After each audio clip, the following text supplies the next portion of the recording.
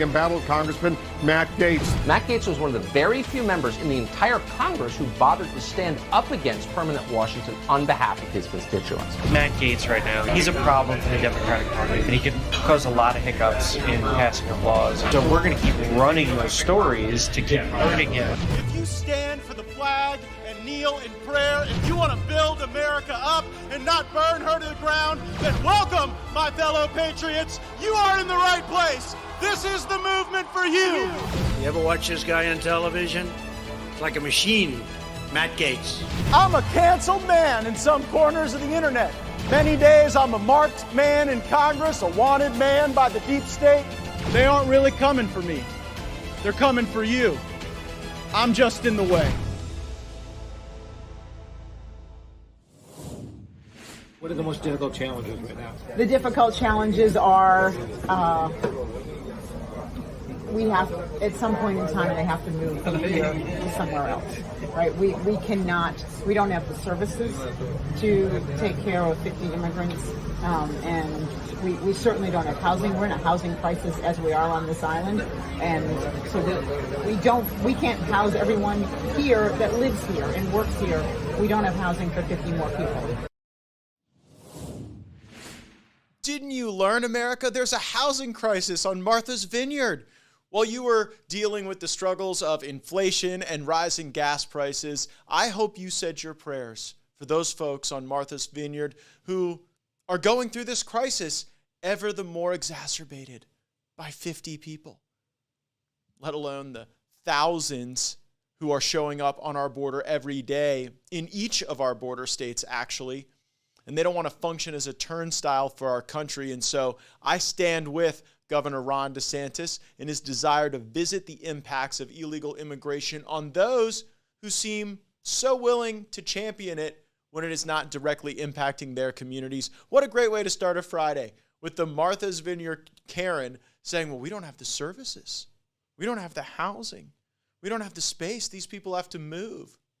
You know what? They should move back to their home country. And we should have a government willing to protect our people from invasion as the Constitution requires. Now, this Friday also brings us failure not only on the immigration front, but also, very much so, when it comes to the funding of our government. Democrats unable to bring a continuing resolution vote to the floor of the Congress today. Matter of fact, canceling votes today. We thought that today would be a day where maybe they would have worked out their continuing resolution. Here's what the continuing resolution is that the Democrats want.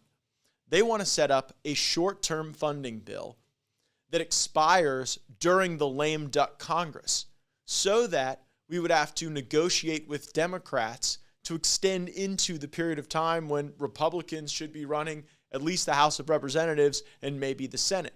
You see, we believe, of course, that the upcoming election will give us advantage and more leverage to get wins for the people of the country. They know that, and so they're trying to create as short-term a government funding bill as possible so that it will expire during the lame duck Congress. By the way, with the name of the lame duck Congress, it probably shouldn't be doing something as significant as funding the government because the lame duck Congress is still operated by people who lost elections, not the ones that the voters actually chose. People like Liz Cheney will even be in the lame duck Congress. Matter of fact, she'll be bringing the lame to the lame duck Congress. And so I am working now with Republican colleagues, with conservatives, to implore Mitch McConnell, Leader McCarthy, don't give any Republican votes to pass any continuing resolution that would expire before the swearing in of the 118th Congress, a Congress I very much intend to be a part of. And that Congress will give the Republicans far more necessary leverage. And you know what? There may be shutdowns coming in divided government. You need to be ready for that because we should not continue to fund a government that is excessively weaponized against our people. From the Department of Justice to the IRS to the Department of Education to the Post Office, we see the weaponization of this government, and we should not be so readily willing to fund it. So there'll be more on that, but the big news for today, they don't have the votes. They're kicking it down the road to a following week, and we'll certainly have a lot to talk about there.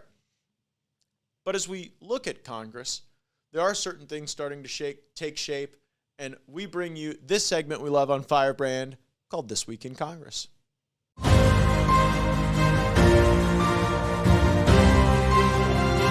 Today in Congress. Today in Congress. I guess we're still getting the name of that segment right. But today in Congress, we learn how old Congress is. Like, really old, historically old. Put up the graph now.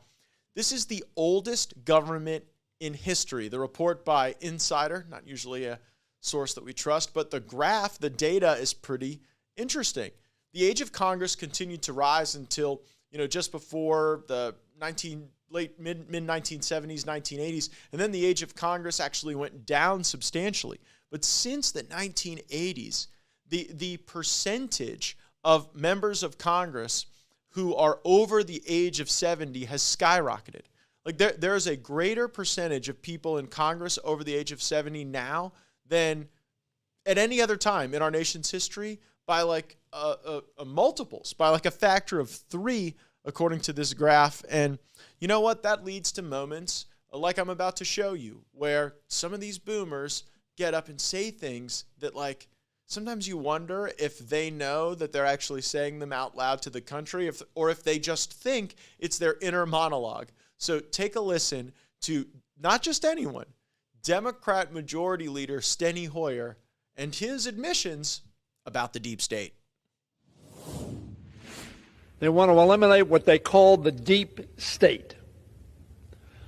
The deep state is a cadre of professionals dedicated to honoring the Constitution, the laws of this country, and carrying out the policies of the Congress and the President. Didn't you know?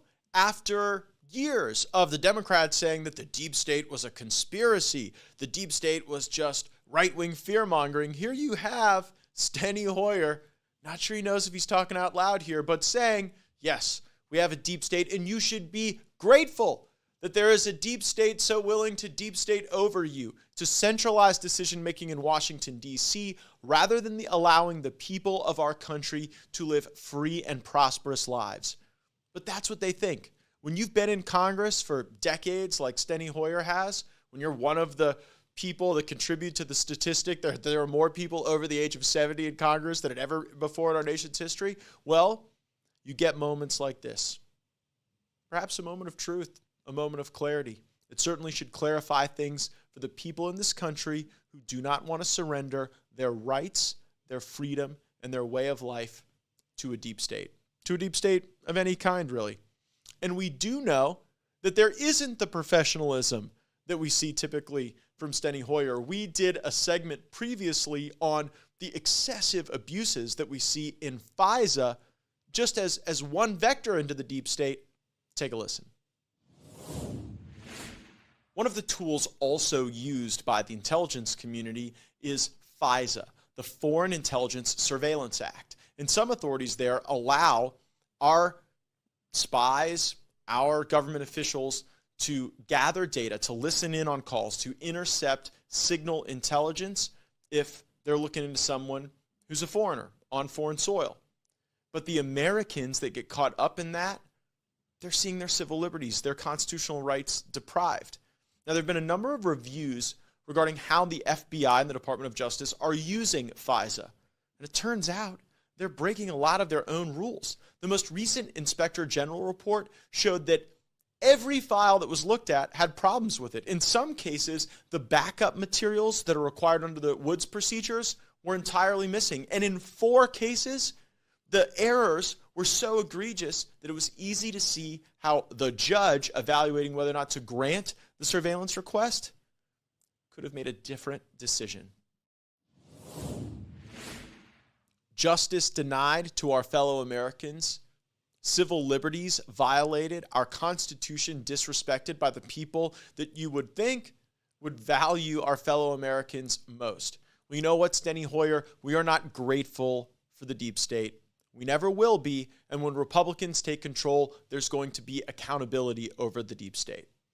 Now, we've seen the way Democrats have tried to have this performance of the January 6th committee, and while the representatives of the January 6th committee are busy grandstanding and like mourning our democracy's supposed near-death experience, their own districts are suffering from economic crisis, crime, epidemics, neglect. And perhaps there is no one who bears more responsibility for the state of his district than the chairman of the January 6th committee himself, Bennie Thompson. Now, you may have heard of the water crisis in Jackson, Mississippi. Simply put, Jackson has plenty of water. It's not like the desert in Jackson, Mississippi, but you can't drink it because it's not safe.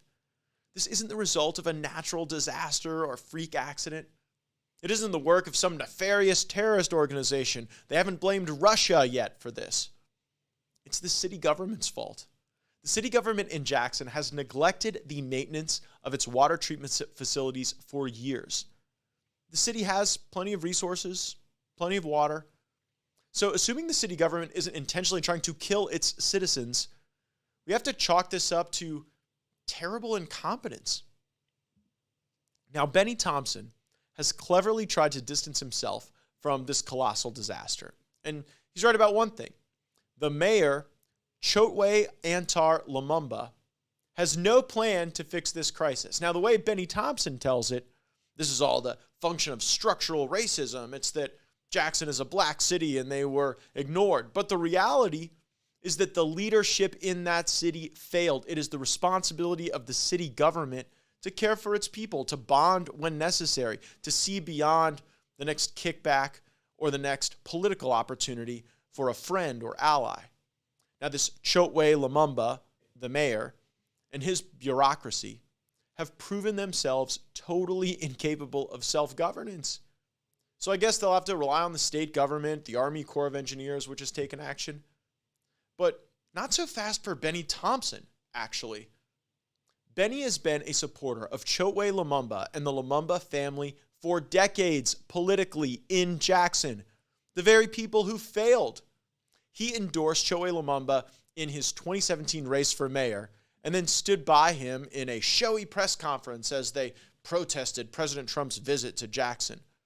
Look at this picture from their press conference. I mean, it is awful cozy, awful supportive, I would say. In 2013, Bennie Thompson was the master of ceremony at Chotwe Lumumba Sr.'s mayoral inauguration.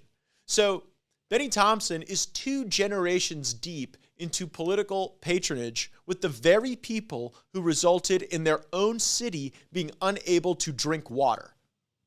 Bennie supported this family, he supported their agenda, and he did it from the very beginning, knowing full well who the Lumumbas were.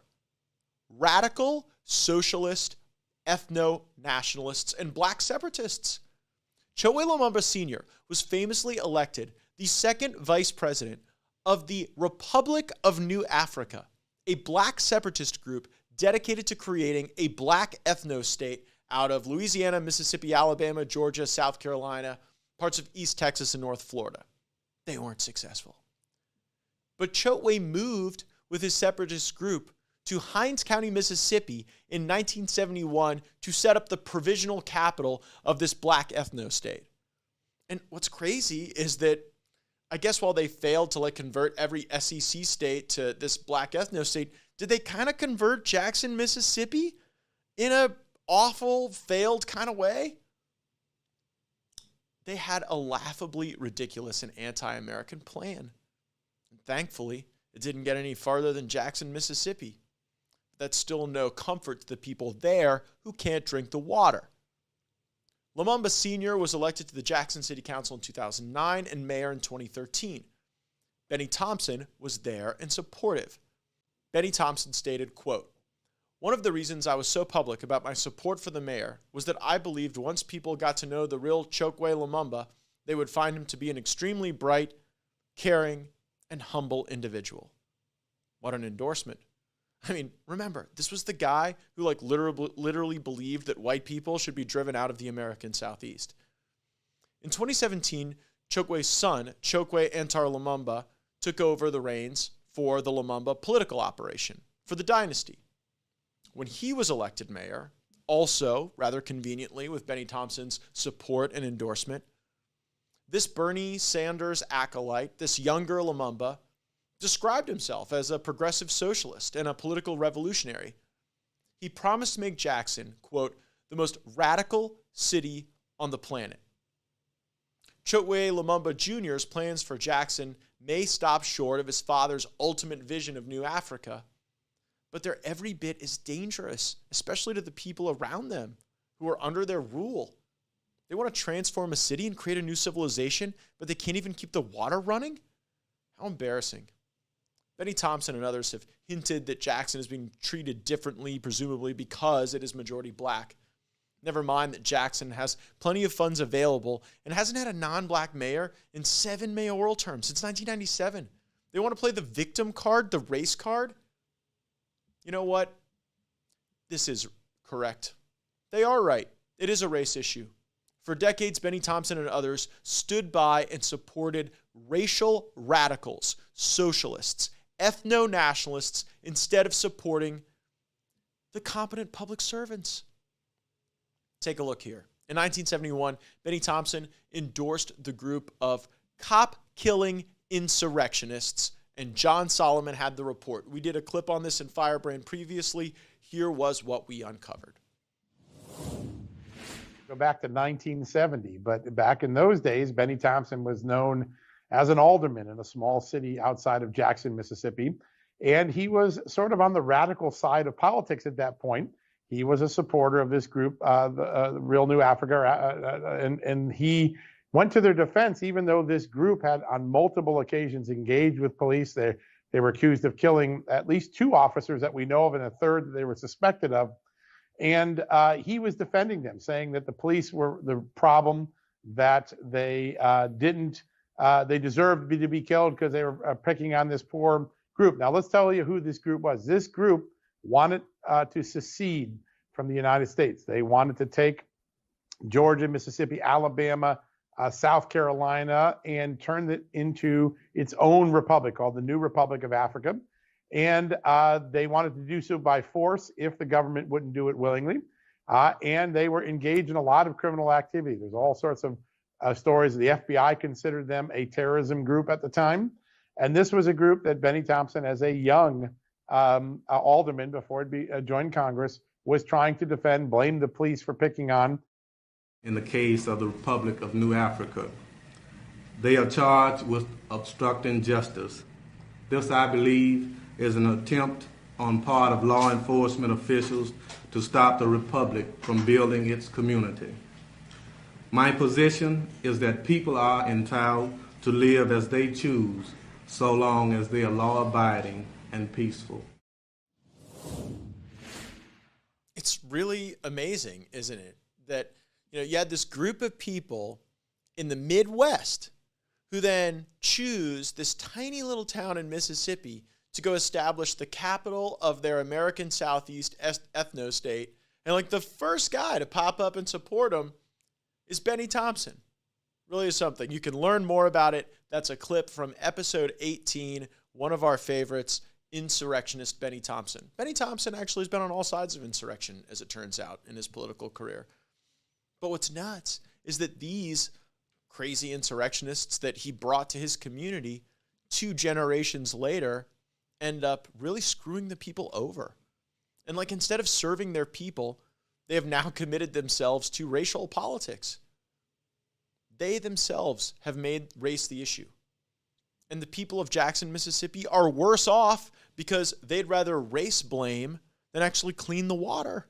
Like, Bennie Thompson has been a super powerful guy here in Congress. He's been part of the Democrat apparatus. He's one of the leaders. He chairs the January 6th committee. You're telling me over this guy's numbers of terms in the United States Congress, he couldn't have gotten appropriations to go and help his own community clean the water? But now he wants to go on a snipe hunt for MAGA grandmothers?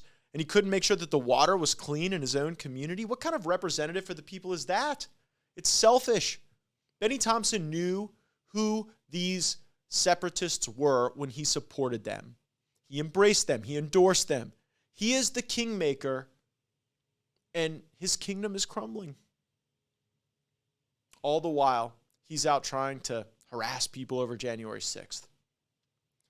These types want to bash you over the head with the billy club of democracy while they forsake their own duties that they've been elected to represent. And it's past time we moved on from the J6 witch hunt. It's past time the country moved on from racial politics. Solve real problems. Make sure people can actually take a shower. The people of Jackson and the people of our great country deserve better from their elected leaders. We need to abolish the January 6th committee and tell Bennie Thompson that he doesn't come back to Washington, D.C.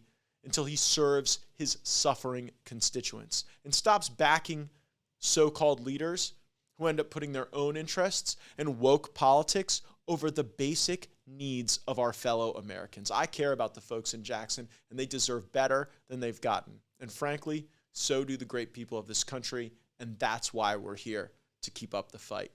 Thanks so much for joining us. Make sure that you're subscribed. You've got to have notifications turned on. We go live at different points in the day, and you want to be as informed as possible about the conversations that are driving the action here in the United States Congress and in Washington, D.C.